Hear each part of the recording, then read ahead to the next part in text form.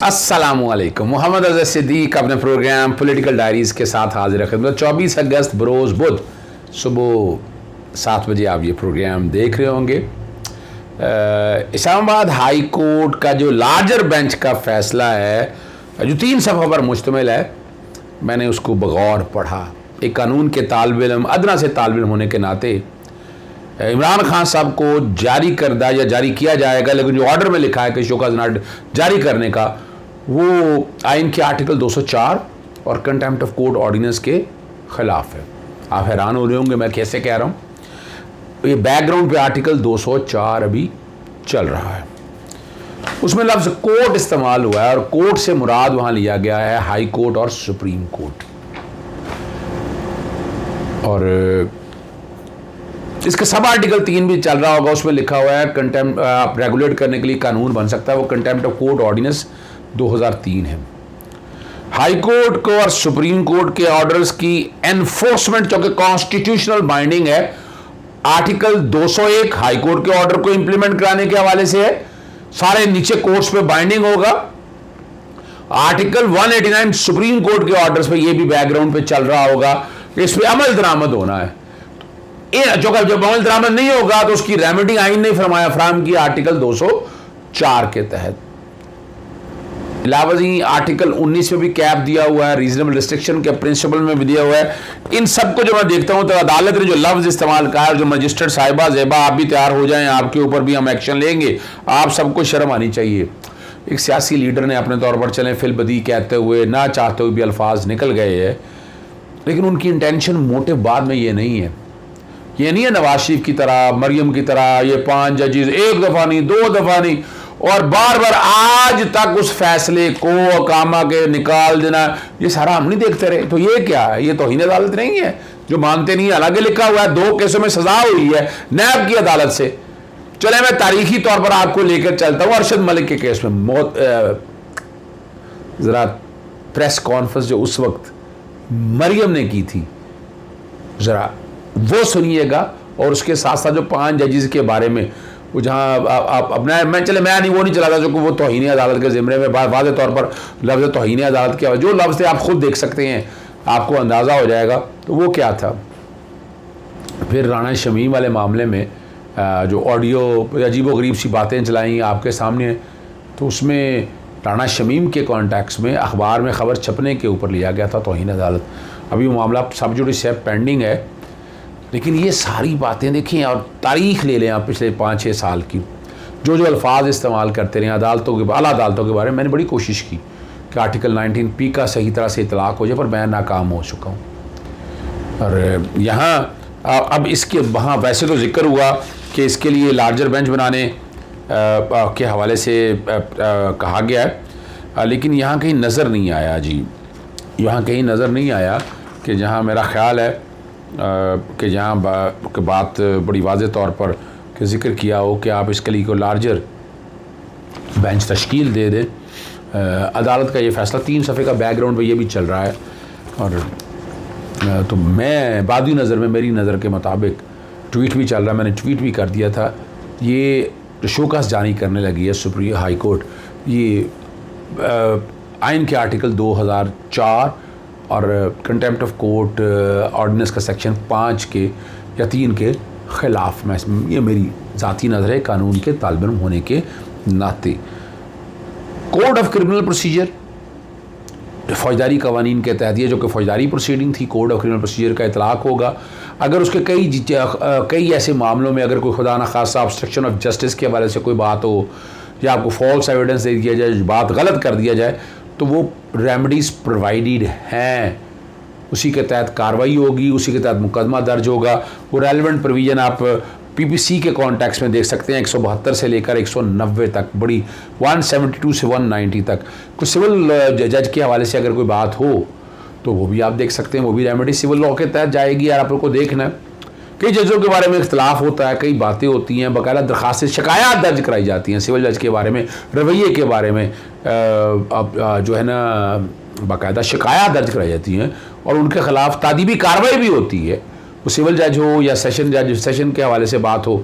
तो ये हमने सारा कुछ तो देखा हुआ है, लेकिन चले बहरहाल मैंने अपना नुक्ता नज़र आपके सामने रख दिया है और पाकिस्तान तहरीक साहब को या इमरान खान साहब को ये सुप्रीम कोर्ट में ये इंटरम ऑर्डर ही चैलेंज करना चाहिए। इंटरम ऑर्डर है, शोकास जारी कर दिया, ये तो जुरिसडिक्शन का इशू है ना, दायरा इख्तियार का इशू है।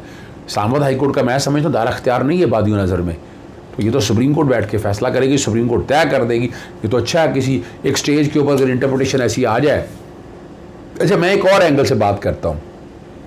चलें, ये हो गया है, चले मान लीजिए जुरिसडिक्शन है तो दे रहा है, दुरुस्त को अगर मान लिया तो फिर पिछले 5-6 साल का सारा रिकॉर्ड निकाल के एक ही दफ़ा ये पैरामीटर तय कर दिया जाए तो मुनासिब होगा।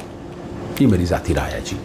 आगे लेके चलते हैं आपको आसिफ ज़रदारी की तरफ। आज वो भी बोल पड़े, वरना आपको तो पता है इन्होंने 3 साल के लिए आना और इस तरह की जिस तरह की बातें होगी जी। अदलिया को देखना होगा क्या इक़्तिदार का भूखा शख्स कानून से बालातर नहीं। कौन सा इक़्तिदार का भूखा है? आसिफ ज़रदारी साहब आप लोग हैं का इक़्तिदार के भूखे, इसको इक़्तिदार का क्या लेना देना इमरान खान साहब को। और सख्त तनकीद की उन्होंने। फ़ौज, पुलिस और ख़ातून मजिस्ट्रेट को धमकियाँ देता है। इससे पहले आप उठा कर देख लें मियाँ नवाज़ शरीफ और खान, आपको तो चाहिए कि आप इस तरह मामले को इस तरह लेके जाएँ। और सोशल जो है ना ट्विटर साइट पर ऑफिशियल अकाउंट से जारी किया गया कि मुख्तलिफ सूबाई वज़रा ने मुलाकात की और गुफ्तगू करते उन्होंने जो कुछ बातें कही, हम सियासत छोड़कर सिर्फ अपने मुतासरा बहन भाइयों को मदद की तरफ तवज्जो दें। आज याद आया आसिफ ज़रदारी साहब आपको या बाकी लोगों को, कहाँ है नेशनल डिज़ास्टर मैनेजमेंट अथॉरिटी? वो तो भाग के बाहर चला गया वज़ीर आज़म। चले भाग के ना सही, चलें किसी जगह गया, इस वक्त कौम के साथ वहाँ खड़े। आप लोगों की ज़िम्मेदारी है सारे मामले को अगर सामने रख दिया करें, ठीक है ना जी। और जो कुछ भी काम है बाकी नहीं है जी। और उन्होंने ठीक है जी। और शहबाज गिल की गिरफ्तारी और जिस्मानी रिवार्ड से बात करते हुए इमरान खान कहा था कि शहबाज गिल जिस तरह उठाया है, 2 दिन तशद्दुद हुआ, कोई ऐसा जैसे मुल्क का बहुत बड़ा गद्दार पकड़ा गया हो। IG इस्लामाबाद और DIG को हमने नहीं छोड़ना, हमने आपके ऊपर केस करना है। क्या लफ्ज़ लिखा है? हमने आपके ऊपर केस करना है। तो ये सारी बातें आप समझ सकते हैं क्या मैं क्या डिफेंड करूं, लेकिन आप लोगों के सामने ये मामला रख देता हूं। साबिक़ वज़ीर-ए-आज़म को करप्शन इल्ज़ाम दी गई, 12 साल की सज़ा बरकरार। ये मलेशिया के हवाले से नजीब रज़ाक को है ना, 1 मलेशिया डेवलपमेंट बरहाद MDBA माली बदनवानी केस में 12 बरस कैद की सज़ा बरकरार रखी, जिस पर तजुर्बा ने और जो तजिया कारण है सियासी वापसी का रास्ता बंद होने का खदशा ज़ाहिर किया। खैर मुल्की जो है ना खबर AFP और चीफ जस्टिस महमूद तवान मेट ने जुर्म के इर्तिकाब के वारंट भी जारी कर दी और वकला के मुताबिक उसका मतलब ये है कि साबिक़ वज़ीर-ए-आज़म को फौरी तौर पर जेल भेज दिया जाएगा। 69 ईयर्स 59 साल साहब का वज़ीर-ए-आज़म फैसले के वक्त मायूस और उदास नजर आ रहे थे, जबकि उनकी अहलिया और 2 बच्चे भी उनके साथ खड़े थे। चीफ जस्टिस ने फेडरल कोर्ट के 5 जजों के पैनल की सरबराही करते हुए फैसला सुनाया कि हमें साबिक़ वज़ीर-ए-आज़म के दायर करदा अपील में कोई खामी की निशानदेही नज़र नहीं आई, इसलिए हम सज़ा बरकरार रखते हैं कि ये हमारा मुतवक्का फ़ैसला है और शवाहिद तमाम इल्ज़ामात पर भारी जुर्माने की राह हमवार की है। अगर कोई माकूल ट्राइब्यूनल के सामने इस तरह के शाहिद होते जो दरख्वास्त गुजार अपने खिलाफ लगाए गए तमाम इल्ज़ामात में कसूरवार नहीं है, तो ये आला तरीन हुक्म के इंसाफ से धोखा दही होगी। और मुकदमे के हवाले से वो सारी आपको बता दें, जो तफसीलात मैं वो नहीं बताना चाहता आपको, वो डिटेलें आपको सारी अवेलेबल हो जाएंगी। लेकिन वहाँ अदलिया किस तरह जो है वाइब्रेंट है और काम कर रही है, वहाँ से आप अंदाज़ा लगा सकते हैं। और इलेक्शन कमीशन ने जो पाकिस्तान तहरीक इंसाफ ममनूआ फंडिंग जो जब्त करने के हवाले से शोकाज नोटिस पर जवाब देने 4 हफ्तों की मोहलत की बजाय मुस्तरद कर दिया और 6 सितंबर तक जवाब तलब कर लिया है। 4 रुकनी कमीशन है कि 5 या 4 रुकनी, वैसे मैं अभी तक ये समझ नहीं आया, कोरम का इशू नहीं है या 5 का मकसद है कि सारे सूबों के हवाले से आनी चाहिए। 4 रुकनी कमीशन ने शोकाज नोटिस पर समाअत की और सीनियर वकील पेश ना हुए और मुआवन वकील ने बताया कि अनवर मंसूर सुप्रीम कोर्ट में मसरूफ़ है। मुतलका दस्तावेज जमा और जवाब देने के लिए वक्त मांगा तो उन्होंने इस्तफसार किया। सारी दस्तावेज़ तो PTI केस में दे चुकी है। PTI फ़ॉरेन चैप्टर से भी दस्तावेज़ मंगवानी है। जिस किस्म का ऑर्डर आया है बहुत सी चीज़ों की तफसील बतानी है। फ़ंड जब्त होने के नोटिस पर 4 हफ्ते का वक्त मांगा था, मैं जैसे आपको बता दिया, उन्होंने 6 सितंबर तक। आपको याद होगा तहरीक इंसाफ के खिलाफ 2014 से ज़ेर इल्तवा ममनूआ फंडिंग केस का फैसला सुनाते हुए कहा था कि साबित हो गया कि ममनूआ फंडिंग हासिल की है। और 10 अगस्त को PTI के additional secretary general Umar Ayub ने election commission Islamabad high court में दरख्वास्त दायर की थी और जिसमें फ़रीक बनाया गया था। 2 अगस्त का फैसला कलअदम करार देने का कहा गया था और ये इख्तियार बाहर है। और 16 अगस्त को इस्लामाबाद हाई कोर्ट ने तहरीक इंसाफ की दरख्वास्त के समाअत के लिए लार्जर बेंच तश्कील देने का फ़ैसला किया है। ये एक बड़ा अहम आखिर में इस पर ज़रूर कि पब्लिक अकाउंट कमेटी अपने इख्तियार से कैसे तजावज़ कर रही है। डैम फंड पर जवाबदेही के लिए साबिक चीफ जस्टिस साकिब निसार तलब ये गैर कानूनी और गैर आइनी है।